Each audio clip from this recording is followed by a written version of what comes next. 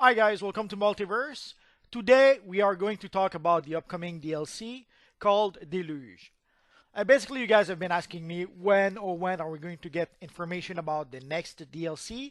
That information is now. So the next episode will be called Deluge. It will be sort of a new DLC involving Aquaman and Atlantis, mixed up with the Star Wars event that we got last year. If you remember last year, we had an event with Star Wars the Conqueror. So basically, they're going to use that event and they're going to add to it to create the new DLC Deluge, which will involve Aquaman and will involve Atlantis somehow.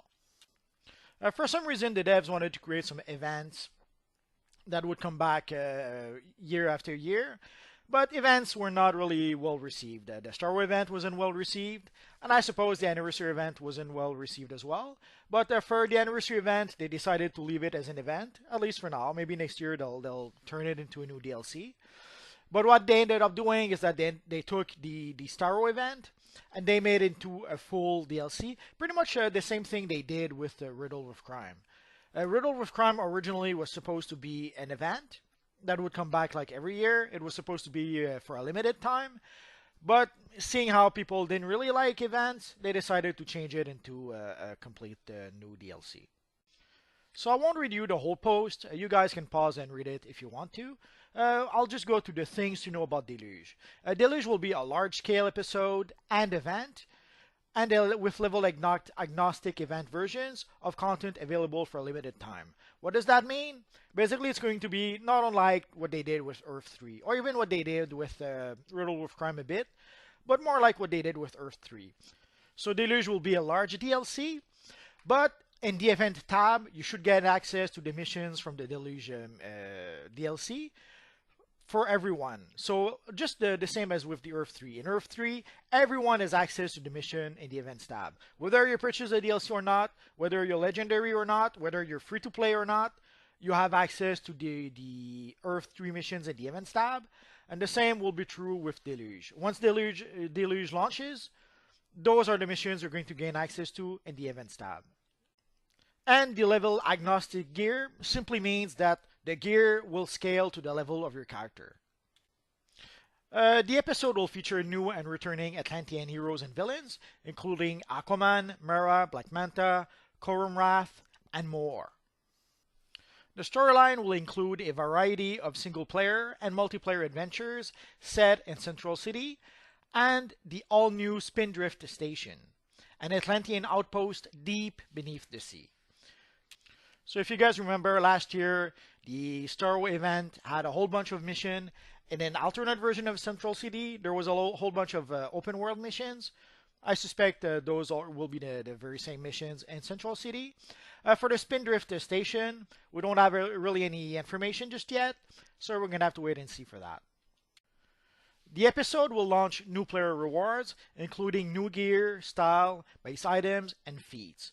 Someone told me that we would be getting a Mera-inspired set of gear, that we would be getting a Black Manta-inspired set of gear, and also they were mentioning a Spindrift set of gear. I didn't know what that meant at the time, but I guess the Spindrift set of gear will be inspired by the Atlanteans.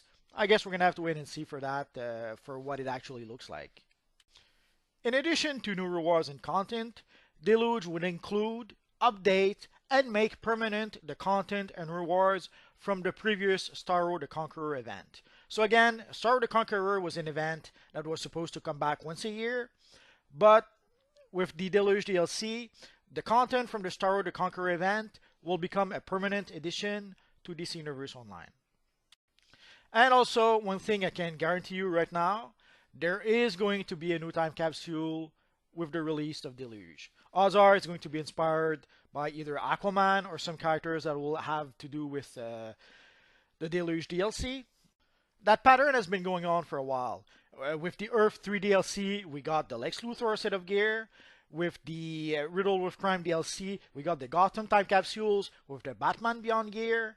With the Age of Justice, we got the Time Torn time capsules with Dr. Midnight, and then we got the Arcane time capsules with Alan Scott.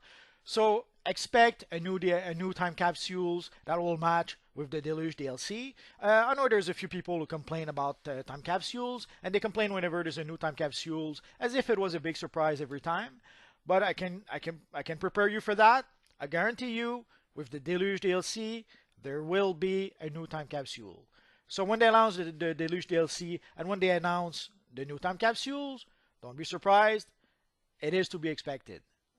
So the Deluge DLC will be episode 31 and it will launch in March on PC, PlayStation 4, and Xbox One. We don't know the actual date just yet.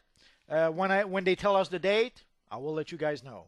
And also, just a reminder, this Universe Online is no longer available on PS3. I've seen a few people who were still surprised by that. They tried to launch this Universe Online on their PS3 and it did not work.